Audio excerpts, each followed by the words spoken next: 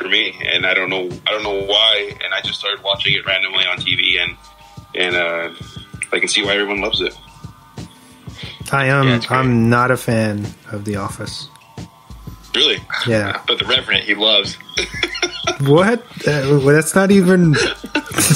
It's not even a good comparison, man. You're right, because it's The Revenant. Whatever. Oh my god. And next one, I think I recommended it before, but it's The Americans. Okay. And it's on Amazon Prime right now. Isn't that a FX show, or it was? It's on Hulu too. Yeah. It's on Hulu too. Yeah. Because they have the new Hulu on FX. Yeah. So you can watch the whole season either on Amazon Prime or Hulu. Either one, they both have it, I guess. I watched the first season, but nothing really made me draw back quick to watch the second. Mm-hmm. I just started. I guess maybe because I'm so bored at work that I'm able to watch it while. Isn't the Felicity girls in that one, right? Yeah. Mm-hmm. Yeah, she's really good in this. It's about the KGB infiltrating the United States, and I think it takes place in the 70s, right? Or the 80s. Late 70s, early 80s, I think. Yeah, right around there. Right around the Cold War. Yeah. So it's pretty cool. Check it out if you want to. It's pretty fun. Awesome. I got so many.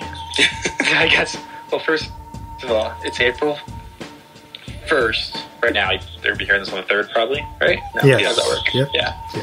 So there's 3 days now that Netflix Community has been on Netflix. I'm calling it right now. That's going to be a huge resurgence of fans that didn't normally get to see the show. That's going to just do amazing. I love that show. One of my favorite shows of all time. It's the best show ever. I love it. But I finally watched For All Mankind on Apple TV. Okay. And I loved it. Is it good? Yes, it's really good. This is the show that takes place during the space race. And what happened if the Russians landed on the moon first and not Americans? In the show, it's actually a really good thing that they did.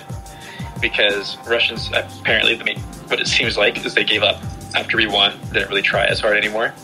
Americans get pissed off and keep doing it until they succeed. Which is pretty much the American way of thinking, right? Like I failed, fuck you, I won't keep going. I failed again, fuck you, I won't keep going. I mean, baseball, you hit the ball 3 times out of 10, you're a Hall of Famer. Yeah. So, it's pretty much the way of thinking, and then now America has to be the first to either put a base on the moon or put a female out in space. So, like, all this other stuff is, like, really fast and everything to it. And it's really good. I really enjoyed that. So I would watch that. I think there's like 10 episodes. And I know they're working on the 2nd season, so you at least get that coming from it. But it's really neat. Banshee. Did you guys ever hear about this show? It's on Cinemax. No, I haven't. Alright, so it's about maybe 5 years old now. There's 4 or 5 seasons on Amazon Prime. It's about this criminal who gets out of jail. But he's a thief, really. He stole diamonds, like him and his girlfriend. And he let her escape, and he took the rap for it. And like she's in hiding, so he gets out. He finds out where she's at. She wants something to do with him. She has like a secret family. You'll see this all like in a preview, so I'm not really giving anything away. Somehow, the new sheriff comes in town that same day with no family ties or anything. No one's seen him or met him before. He dies in a bar that the guy's in, and he takes his identity and becomes the sheriff of this new town. Oh, nice. So it's all like a bunch of bullshit like that, but it's fun. Okay. It's a fun watch. I really enjoy it. You've seen The Boys, right? On Amazon? Yeah. The guy who plays the American hero, what's his name? The main, like, Superman. Oh, he's like Superman, yeah. He's the one who plays the sheriff. Okay. Yeah. So I'd recommend watching. That's an hour long, 4 seasons. You know, get a good watch out of that. Oh, yeah. Very nice. And then see what else. I could do. I've been watching so much shit. Oh, What We Do in the Shadows on FX. It's on Hulu. Very good. I literally just watched that whole season today. Nice. Amazing. At first, I was hating it because they changed some characters up, but it's great. I'm assuming they did that because of they're too famous that they can't do the show, keep up with the show. Well, they Americanized it, so they're in America vampires. But there is a cameo done by the original 3 later on. Okay. So this that whole episode, just like, holy shit. It was amazing. I'm telling you. What we do in the shadows. You got it. Nice. That was... I wasn't like against it. I'm like, you can't recreate that movie. Doesn't matter how hard you try, you just can't. But it took a couple episodes, but they found their own way. So that's really Watiti, right? Yeah, and Jermaine Clement both are executive producers on it. So I thought that was, at least they have some kind of touch to it. Awesome. But really good. They introduced a new type of vampire in it too, so you should watch that. Oh, cool. Yeah. Pretty fun. But those are my recommendations right now. All right. If you want more, hit me up on Instagram. I got a shitload. I have 3. Oh, Last Man on Earth. Sorry. That's the other one. It's on Hulu. Just finished it. All 5 seasons. Check it out. All right, you go, Wes. Nice. Moving on. All right. You sure? You good? No, I'll probably think something else. But go ahead. All right. It just dropped on, I think this week or maybe this last weekend, Vivarium with Jesse Eisenberg and Imogen Poots, who I'm a big fan of. Super weird isolation movie, kind of like science fiction, but perfect for the times that we're living in right now. So if you want to, it's very like, what's his name? David Lynch-esque, like where you just like cannot guess where it's going.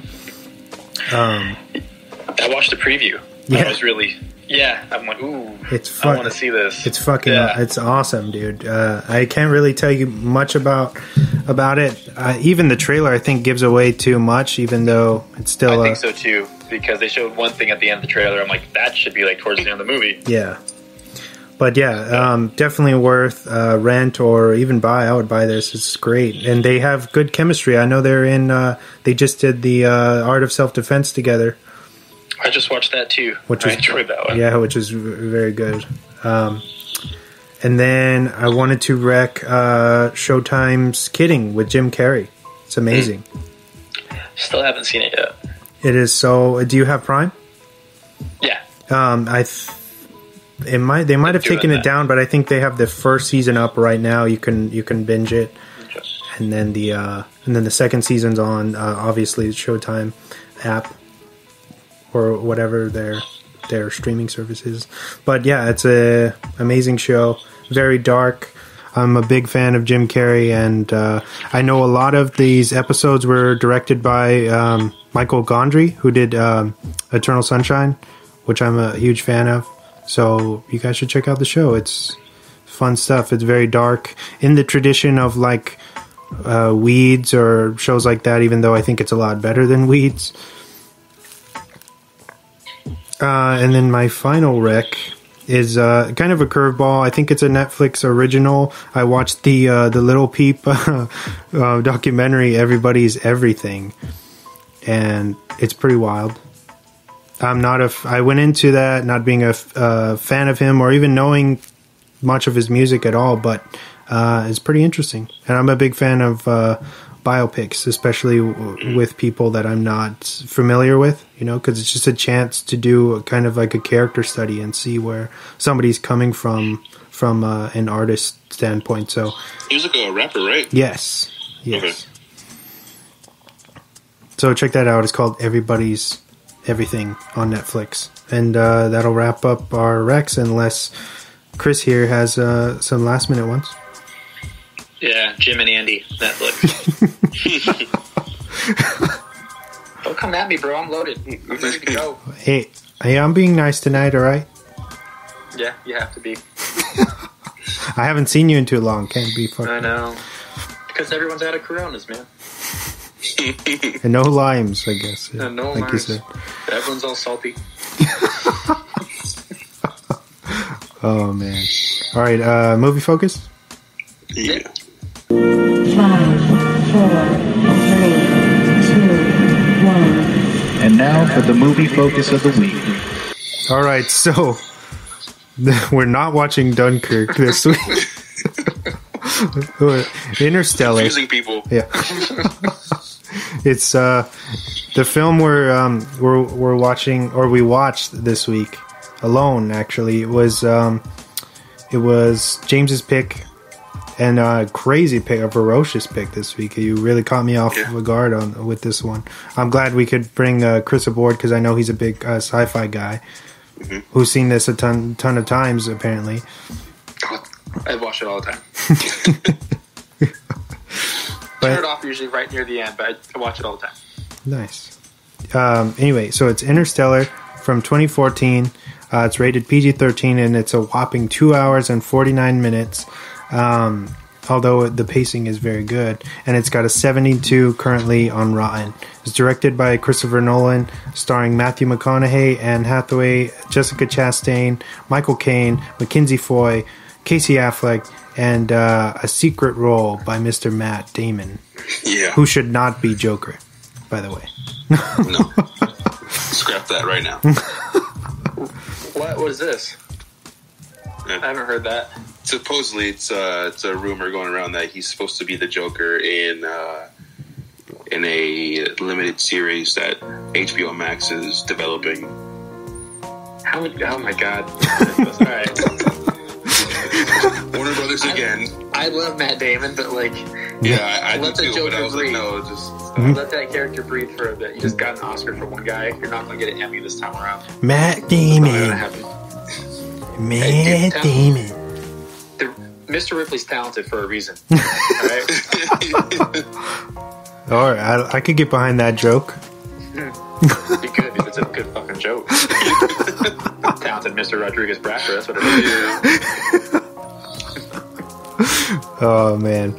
All right, so the synopsis for this, or that I wrote, was a former NASA pilot and his crew are sent on a mission to test out a wormhole and possibly save mankind by transporting the Earth's population to one of three new planets as Earth is slowly becoming inhabitable. For the intro, I wrote. It's a quick little intro. The brother of director Chris Nolan actually wrote this script in 2007 after being somewhat rewritten by Christopher Nolan. Principal photography took place in parts of Canada, Los Angeles, and Iceland in 2013 and was shot in both 35mm and 70mm, as most of the contemporary Nolan films are nowadays. So I want to open up the floor for James and ask why you chose this movie, if for any reason, rather than it being a top-tier science fiction film, and what, because there's so many close ties to family, and you're obviously a family man, what does this movie mean to you in that way, in that respect? All right, so the first question, I guess I picked this movie because it... I don't know, I wanted to do something different. I feel like we haven't done anything really like that before. Kind of with space and things like that. It was honestly going to be either that or another sci-fi one was 2001 Space Odyssey. So it was going to be between one of those two for the sci-fi, like I had mentioned before, Wes. But I remember seeing the trailers for this, wanting to see it, but never got a chance to see it. And then just bought it at Target, and I watched it. And that was how you mentioned Matt Damon in this movie. I didn't see that coming at all. I love that they didn't show him in the trailers at all. Yeah. At least that I remember, the ones that I saw. They did. Yeah, so that was a really cool surprise when I was like, I think that's Matt Damon. And then, it is him. Okay. And then I think I remember trying to look on YouTube while I was watching the movie to see if he was in the trailers, and he wasn't. So I thought I had missed something. But this movie, I think, visually is amazing, and I just like the science behind it because I know a lot. They actually use a real physicist to back up some of the science that's in this movie. Yes, exactly. To make it as real as possible. And then in the aspect of or the second question that you brought up of family, it does strike a chord because it's like almost like the ultimate sacrifice to save your kids. You'll never see them again. So that's a horrible thing to kind of try to fathom. And